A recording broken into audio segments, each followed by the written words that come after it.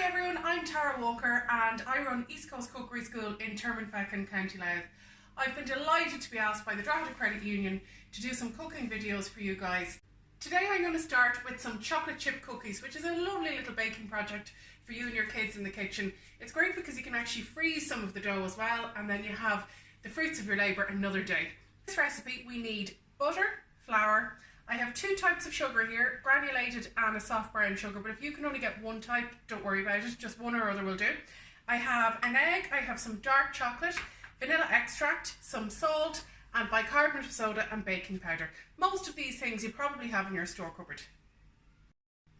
And equipment wise, you need a mixer. It doesn't have to be an electric whisk like this. You can do it by hand, which might be handy for children who might need to burn off a little bit of extra energy, but it is easier if you have an electric one.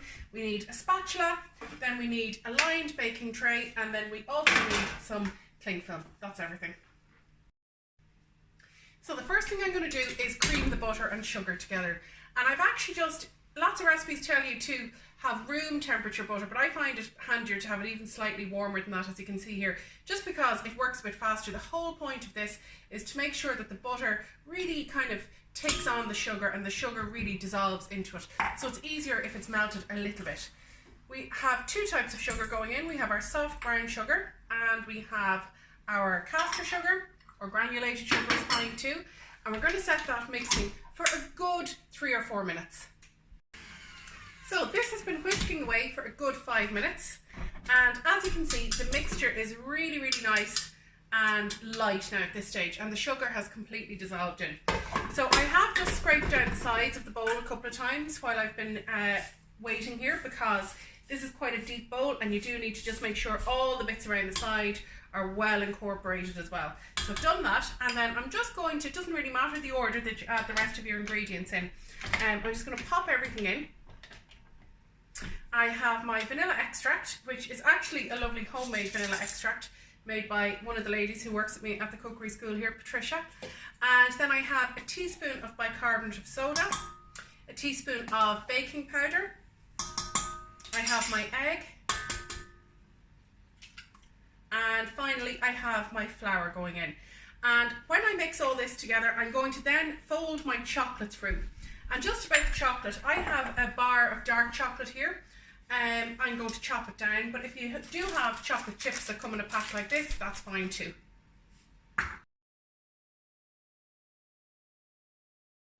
So once that's all mixed through, I'm going to fold my bit of salt and my few chocolate chips through. So this is 70% cocoa solids, and I think this works really nicely in this recipe. And I am not one of these people, you know, one of these healthy eaters who just has a square or two of 70% solid chocolate with their coffee in the morning. I want a cookie like this. But I do find that the dark chocolate just counterbalances really nicely against the sweetness of the rest of the dough. So as you can see, the dough is quite crumbly at this stage, which is fine. This is what's going to give us that lovely kind of light texture. And the chocolate has just been mixed through, folded through.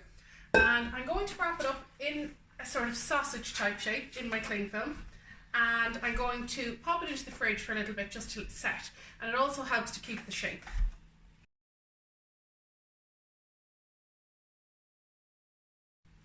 So as you can see, I've just been working away to kind of compress this in, tighten it down, and then we have our nice sausage shape, which we're going to put in the fridge for at least half an hour, if not an hour, and then we're going to come back to it and slice it into slices and bake the lovely chocolate chip cookies.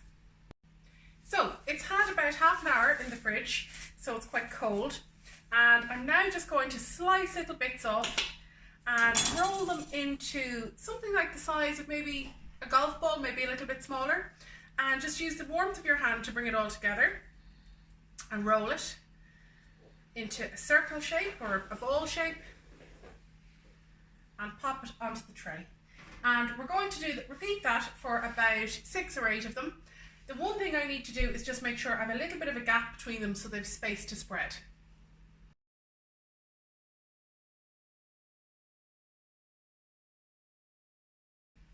So I have all of my cookies ready to go into the oven, and this is the dough that I just wrap up, and that can go into the freezer. Just make sure it's well covered, and then you can just simply slice as much as you want off at a time and use them again. And then for the finishing touch on the cookies, I have a nice crunchy sea salt here, Maldon sea salt. And I'm just going to put a couple of little flakes on top of each one individually. So the thing is, we're not looking for them to taste really salty, but the salt brings out the lovely chocolatey flavour. So really what I'm getting is a lovely intense chocolate flavour by putting the salt on. And then into the oven, 180 for about 10 to 15 minutes. Keep an eye on them. So I think the cookies are ready. Oh yes, they're looking good. I'm going to let them cool for a moment and come back to them and have a little taste. So they've been cooling for about 5 minutes and they should lift off quite easily for you. And they are ready now. And I think I see a little taste tester over here. Would you like to try one, love? Yes. Mine, they're a little bit hot now. Have a go. They should be lovely and soft. Oh yeah, they're really soft and gooey at the centre, as you can see. And that's why we've rolled them into a little ball shape to cook them, because then the centre doesn't get completely cooked through and dried out. And these cookies are great. You can pop white chocolate, cranberries, any kind of nuts, orange zest. Come back, Grace. What do you think?